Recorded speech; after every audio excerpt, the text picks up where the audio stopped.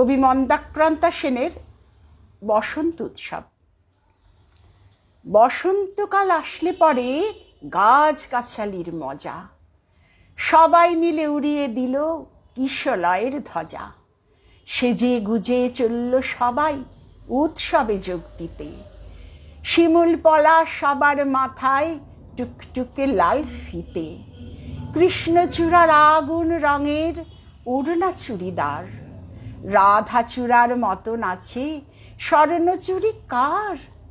জারুল পারুল ভাই বোনেতে করছে কি হাঙ্গামা, ওদের যে চাই গোলাপি আর বেগনি রঙের জামা।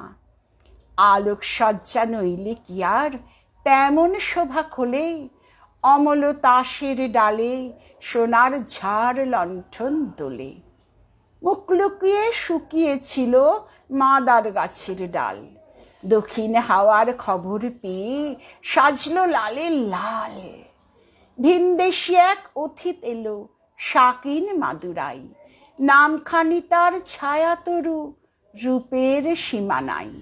রুদ্রপলাশ নামটি বড্ড কঠিন এবং ভারী, কমলা রঙের পাগড়ি তারও কেমন মনোহারী।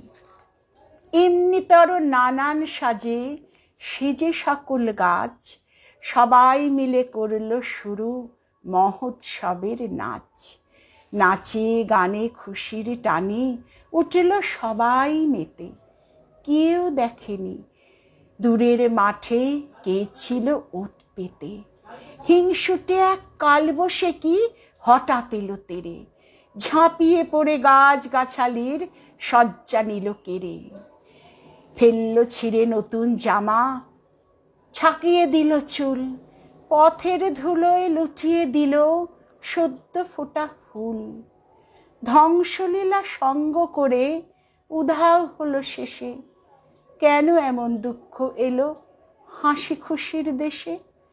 আসলে কি এমনি করেই জীবনধারা বয়, সুখের ভীষণ কাছে থাকে দুঃখ পাওয়ার ভয়।